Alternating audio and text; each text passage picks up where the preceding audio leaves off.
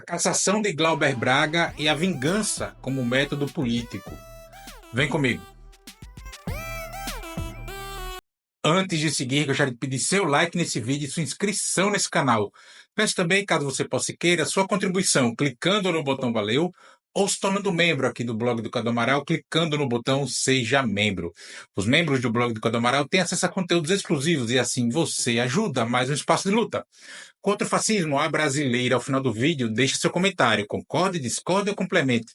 Mas sempre se lembre que só não vale xingar, nem falar no meio do povo. Compartilhe esse vídeo em todas as suas redes sociais. E também no WhatsApp e no Telegram, se você tiver.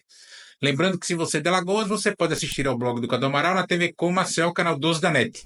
Se você não é de Alagoas, você pode assistir a TV Com no link que está na descrição desse vídeo. Obrigado. Quinta-feira, 10 de abril, eu gravo esse vídeo às 3 horas da tarde e a cassação do mandato do deputado federal Glauber Braga, do PSOL do Rio de Janeiro, aprovada pelo Conselho de Ética da Câmara de Deputados, é um daqueles acontecimentos que não podem ser tratados com neutralidade. Até o momento em que eu gravo esse vídeo, o tema não foi ao plenário da Câmara de Deputados e o Glauber Braga ele pode, inclusive, apresentar recurso, seja à Comissão de Constituição e Justiça da própria Câmara de Deputados e até mesmo ao Supremo Tribunal Federal. A cassação do mandato de Glauber Braga não pode ser tratada com neutralidade, não porque vá alterar as votações na casa, não porque vá afetar a correlação de forças institucionais. Glauber, afinal de contas, é de um partido pequeno que não compõe o bloco de poder, que não tem maioria em comissão, que não determina pautas ou emendas parlamentares, as emendas constitucionais, parlamentares, enfim. Mas justamente por isso, porque a cassação dele serve como objeto mais grave, a vingança política. A justificativa oficial apresentada para a cassação é um episódio em que Glauber empurra um fascistinha do MBL que o provocou, ofendendo a sua mãe, então doente, nos corredores da Câmara dos Deputados. Esse argumento para a cassação do Glauber Braga é frágil, desproporcional e politicamente conveniente. Estamos falando de um empurrão, de uma reação enérgica, não de um ataque deliberado ou planejado. O fascistinha do MBL estava lá na Câmara de Deputados para provocar Glauber Braga, filmá-lo, expô-lo. Glauber reagiu, como muitos reagiriam, diante de alguém que usa a estrutura da Câmara de Deputados para tentar desestabilizar um adversário político. A resposta mais comum em casos assim, quando o código de ética é levado a sério, o código de ética da Câmara de Deputados é levado a sério, é uma advertência ou, em situações mais tensas, vamos lá, uma suspensão temporária. Mas o que não cabe, de forma alguma nesse caso, é a pena máxima, que é a perda de mandato. Ainda mais se considerarmos o que o próprio Conselho de Ética da Câmara de Deputados já tolerou, ou melhor, ignorou outros episódios muito mais graves. E aqui começa a real dimensão desse caso. O Glauber não está sendo cassado por um empurrão. O Glauber está sendo cassado porque se tornou uma figura, em boa medida, insuportável para o grupo que hoje comanda a Câmara dos Deputados.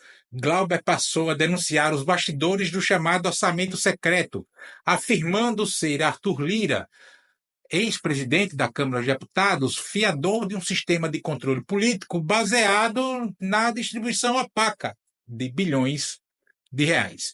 Durante os últimos anos, Glauber Braga não poupou palavras para expor o que chamou de sistema de corrupção institucionalizada. Ele não fez insinuações genéricas. Glauber deu nome aos bois. Glauber apontou Arthur Lira como o operador central do orçamento secreto. Glauber denunciou obras superfaturadas, empresas de fachada recebendo recursos públicos em cidades como Rio Largo, Aqui em Alagoas, na região metropolitana da capital Maceió, até então, aquelas denúncias, base eleitoral de Arthur Lira. Apresentou documentos, cruzou dados, fez representações à Polícia Federal e ao Ministério Público. Glauber cumpriu com rigor aquilo que ele entendeu como o papel de um deputado fiscalizador, combativo e atento aos mecanismos de saque de dinheiro público. Não estamos falando, gente, aqui de um discurso vazio, tá? O Glauber, a equipe do Glauber, fez trabalhos minuciosos de investigação com base em dados públicos, reportagens jornalísticas e informações técnicas. Mas isso teve um custo. Porque ao romper o pacto informal de silêncio que domina boa parte do Parlamento Nacional, ele passou a ser visto como uma ameaça, e não qualquer ameaça. Uma ameaça simbólica, e em política, simbolismo também tem importância. Porque mesmo sem uma bancada numerosa, mesmo sem controle de comissões, Glauber conseguiu incomodar. Mas também sejamos francos, tá? É preciso entender o arrumado ali do tabuleiro da Câmara dos Deputados. Entender como agir, até onde dar para ir e até onde é preciso parar ou recuar. Para atuar na Câmara dos Deputados ou em qualquer parlamento é preciso criar relações entre seus pares. Até porque, gostemos ou não, não dá para atuar no Congresso Nacional, principalmente nesse que temos tido nos últimos anos, como se fosse a única figura pura do planeta. Fazer isso é ir para o total isolamento. E se a escolha for atuar isolado, tudo bem. É preciso medir bem o que vai fazer. Fazer isso é crucial. Mas sim, a cassação de Glauber é um recado, um aviso de que o sistema ali da Câmara de Deputados é implacável com quem desafia os intocáveis, mas fica ainda mais inaceitável quando se olha para outros casos que passaram, ou melhor, foram engavetados pelo mesmo Conselho de Ética. E aqui eu vou citar apenas alguns, tá? O deputado Éder Mauro, do PL do Pará, protagonizou cenas de agressão explícita contra o deputado Rogério Correia, do PT de Minas Gerais. Foram chutes, empurrões e ameaças. E o que aconteceu? Absolutamente nada. O caso não andou, a cassação sequer foi cogitada. Paulo Magalhães, que é sobrinho, se não me engano, de Antônio Carlos Magalhães, o grande coronel do estado da Bahia, histórico, né? Que é do PSD da Bahia, em 2001, agrediu a socos e chutes um jornalista dentro da Câmara de Deputados. Continuou atuando normalmente. Aliás, ele é o relator do processo de cassação de Glauber Braga. O mesmo Paulo Magalhães que, recentemente agora, votou contra a cassação do mandato de Chiquinho Brazão, apontado pela Polícia Federal e pelo Ministério Público de ser um dos mandantes do assassinato da vereadora Marielle Franco.